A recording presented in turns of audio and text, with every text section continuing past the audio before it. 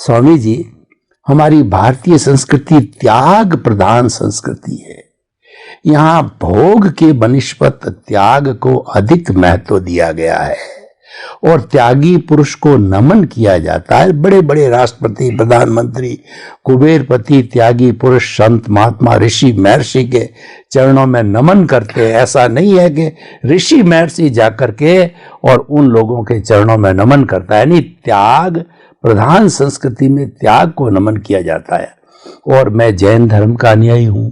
हमें तो बचपन से लगा के आज तक जो है 75-76 साल में ये एक घूंटी दी जाती है, त्याग करो, त्याग करो, उठते ही नौकारसी करो, पौरसी करो, सामायिक करो, संवर करो, और दूसरा रात्रि भोजन का त्याग, ये करो। ये हमारे रग रग के अंदर इसी को ही बताया गया और इसी को ही हम कहते हैं कि त्याग से ही हमारी मुक्ति है, त्याग से ही हम धीरे धीरे जो है वो आगे बढ़ते हैं। निर्जरा की, त्याग में निर्जरा है, निर्जरा जो हमारी आंशिक निर्जरा से आंशिक आत्मा की शुद्धता, संपूर्ण निर्जरा से आत्मा की संपूर्ण शुद्धता।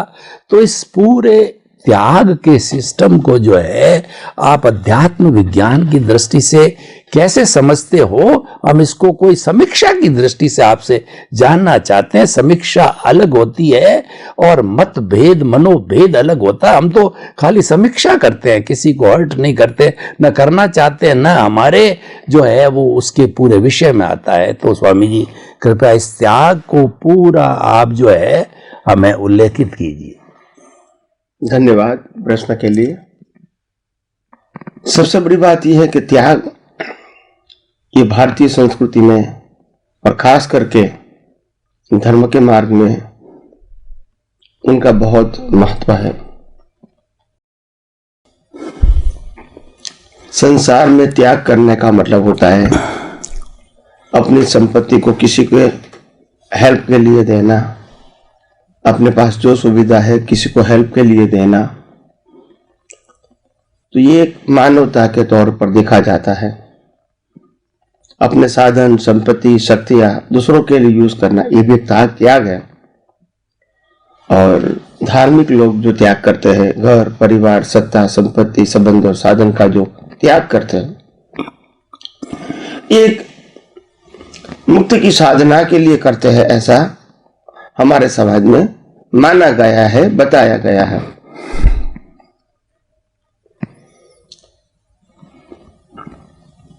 तो कुदरत ये कहती है और खास करके अनुभवी ज्ञानी ये कहते हैं, आप कितने चीजों को त्याग करोगे।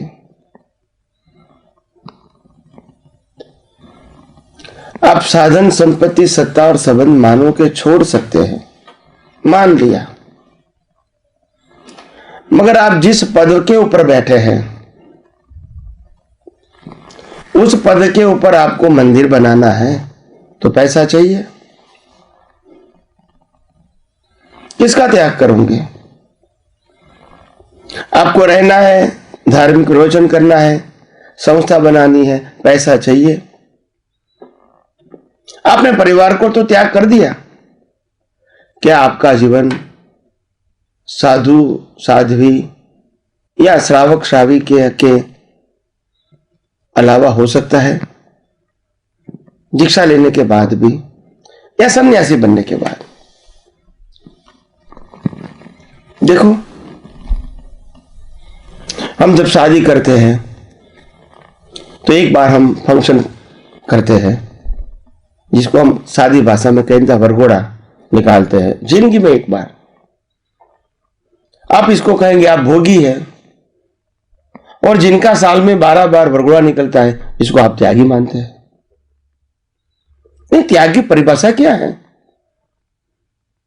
मैं जब अपने जीवन के अंदर मेरे परिवार के साथ मेरी जो इनकम है इनकम में से परिवार चलाता हूं, थोड़ा थोड़ा पैसा बचाता हूं भविष्य के लिए, और मैंने आज 50-55-60 साल मेरी हो गई, बहुत कुछ पैसा मैंने अपने जीवन में बचाया। उसके बाद मैंने सोचा कि शायद मैं नया मकान ले लूं। हालांकि मकान के लिए पूरा पैसा तो मेरे पास नहीं है, फिर भी मेरे पास 70-80% पैसा था, मैंने दे दिया, और 20% के लिए मैंने लोन लिया। और अभी भी मेरे को मेहनत करके कमा के लोन चुकाना है, तो इसको आप कहोगे आप भोगी है। और जो लोग लोगों के पैसे से संस्था बनाएंगे भव्य मार्बल वाला, उसमें आप रहोगे, उनको सुविधा को आप उपयोग करोगे, उपभोग करोगे, आपकी बैठने की जगह भी भव्य होगी। आम व्यक्तियों के घर के जो सोफा होते हैं उससे तो बहुत कॉस्टली या बहुत डिजाइन वाली डेकोरेटिव होगी। तो आप त्याग किसको कहते हैं, बात तो समझना पड़ेगा ना। कुदरत के कानून में आम जनता की राय नहीं ली जाती है। समाज के अंदर, धर्म के अंदर, पॉलिटिक्स के अंदर मेजोरिटी इंपॉर्टेंट बात है। आध्यात्म के मार्ग में और खास करके कुदरती कानून के मार्ग में मेजोरिटी माइनॉरिटी इंपॉर्टेंट नहीं है। एक भी व्यक्ति करोड़ों में से गलती करेगा तो भी उनको सजा मिलेगी ही। लाखों व्यक्तियों में से, करोड़ों व्यक्तियों में से एक व्यक्ति 7वें नरक का कर्म बनाएगा तो उनको 7वीं नरक मिलेगी। और ऐसे उत्कृष्ट प्रकार का पुण्य बनाएगा तो उसको टॉप लेवल का 6ठा देवलोक भी मिलेगा। कि हम जिस प्रकार से त्याग की बात करते हैं, क्या उससे ये त्याग, इस प्रकार के त्याग से आप समझ सकते हैं कि मुक्ति हो सकती है? नहीं, आप सोचिए, आप ह्यूमन है, इंसान है, समाज में रहते हैं, आपके पास एजुकेशन है, सोच है, समझ सकते हैं। क्या मुक्त पुरुषों ने उसको त्याग कहा होगा? बताइए। तो फिर ऐसा त्याग तो लोगों को चाहिए। घर परिवार को छोड़ दो और यहां 50-100 शिष्य लगा दो, मंदिर बना दो, संस्था बना दो, अच्छी तरह सुविधा प्राप्त करो। खाने का तो समाज वाले देते ही है। गाड़ी, जो सन्यासी लोग गाड़ी का यूज करते हैं वो भी तो समाज के लोग देते हैं। सब सुविधा देते हैं। हॉस्पिटल भी आपके लिए तैयार होती है, आपको पैसे की कोई जरूरत नहीं होती है। तो अगर इसको ही त्याग कहोगे और उसको ही त्याग वो मुक्ति का साधन मानोगे तो वो तो सब तैयार हो जाएंगे। मगर बात ये त्याग से मुक्ति नहीं है। अगर त्याग करना है तो अज्ञान का त्याग करो। जो आज तक हमने अज्ञान को ही ज्ञान माना है, अज्ञान को ही हमने शक्ति माना है, अज्ञान को ही हमने हमारा स्वरूप माना है, अज्ञान की प्राप्ति को ही हमने प्राप्ति माना है, अज्ञान के माध्यम से जो प्राप्त होता है उसको ही हमने प्राप्ति माना है। जैसे अज्ञान से कर्म बनते हैं, अज्ञान से राग होता है, राग में से कर्म बनते हैं और कर्म का फल मिलता है, तब सत्ता, संपत्ति, संबंध और साधन मिलता है। तो ये फल किसका है? अज्ञान का ही तो फल है ना। रूट क्या है? अज्ञान। तो अज्ञानता से प्राप्त हुआ चीज क्या वो आपको मुक्ति दिला सकता है? नहीं, सोचो जरा। मैं ऐसा नहीं कहता हूं कि मेरी बातों को स्वीकार करो, आपके पास बुद्धि है, सोच तो सकते। मैं आपको विचारधारा देता हूं, सोचने का मौका देता हूं, समझने का मौका देता हूं कि समझो, चिंतन मनन करो। क्या मुक्त पुरुषों ने यही मुक्ति का मार्ग बताया होगा?